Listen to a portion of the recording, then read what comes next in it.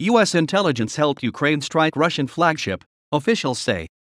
The United States provided intelligence that helped Ukrainian forces locate and strike the flagship of Russia's Black Sea Fleet last month, another sign that the administration is easing its self-imposed limitations on how far it will go in helping Ukraine fight Russia, U.S. officials said. The targeting help, which contributed to the eventual sinking of the flagship, the Moskva, is part of a continuing classified effort by the Biden administration to provide real-time battlefield intelligence to Ukraine. That intelligence also includes sharing anticipated Russian troop movements, gleaned from a recent American assessment of Moscow's battle plan for the fighting in the Donbas region of eastern Ukraine. The officials said, the administration has sought to keep much of the battlefield and maritime intelligence it is sharing with the Ukrainians secret out of fear it will be seen as an escalation and provoke President Vladimir V. Putin of Russia into a wider war. But in recent weeks, the United States has sped heavier weapons to Ukraine and requested an extraordinary $33 billion in additional military, economic, and humanitarian aid from Congress, demonstrating how quickly American restraints on support for Ukraine are shifting. Two senior American officials said that Ukraine already had obtained the Moskva's targeting data on its own,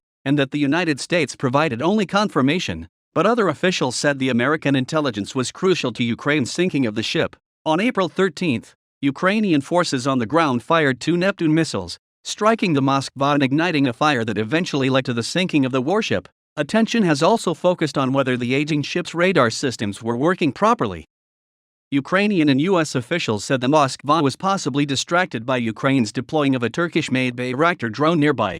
Immediately after the strike, Biden administration officials were scrupulously silent, declining to confirm even that the Moskva had been struck. But in recent days, American officials confirmed that targeting data from American intelligence sources were provided to Ukraine in the hours before the Neptune missiles were launched.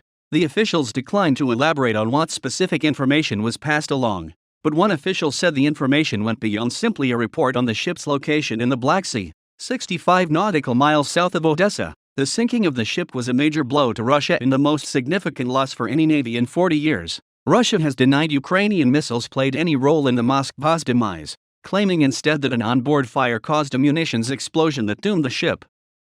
Independent Russian news outlets based outside the country have reported that about 40 men died and an additional 100 were injured when the warship was damaged and sank. Biden administration officials have declined to publicly confirm that American intelligence provided the targeting information that allowed Ukraine to hit the Moskva.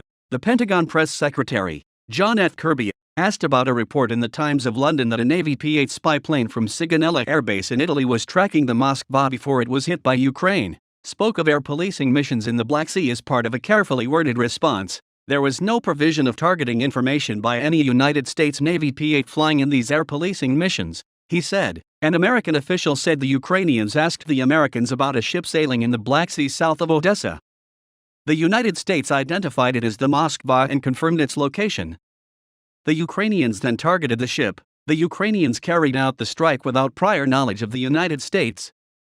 The official said the United States provided confirmation to the Ukrainian military, but other officials said it was not certain Ukraine could have hit the ship without U.S. assistance. American officials have acknowledged publicly that actionable intelligence was provided to the Ukrainians in the run-up to Russia's invasion on February 24, and that the practice has continued in the weeks since. But these officials have shied away from confirming American involvement in Ukrainian operations that have resulted in the deaths of Russian soldiers. The U.S. assessment of Russia's war plan for the Donbas region allowed a senior Pentagon official to say last week that Russia appeared to be several days behind schedule in its offensive there because of stiff Ukrainian resistance and continuing supply line problems. Russian forces can always deviate from their plans, but American officials said the intelligence allows Ukrainian forces to avoid attack in some locations and position themselves to strike Russians in others. Although the administration remains wary of provoking Mr. Putin to the point that he further escalates his attacks, President Biden has said he will not send American troops to Ukraine or establish a no-fly zone there. Current and former officials said the administration found some value in warning Russia that Ukraine had the weight of the United States and NATO behind it. Officials said Moscow had its own calculations to weigh,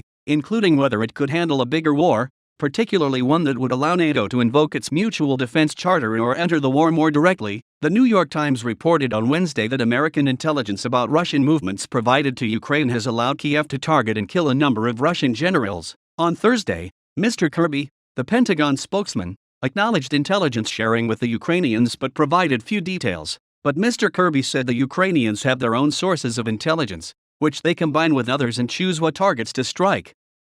They make their own decisions, Mr. Kirby said. And they take their own actions.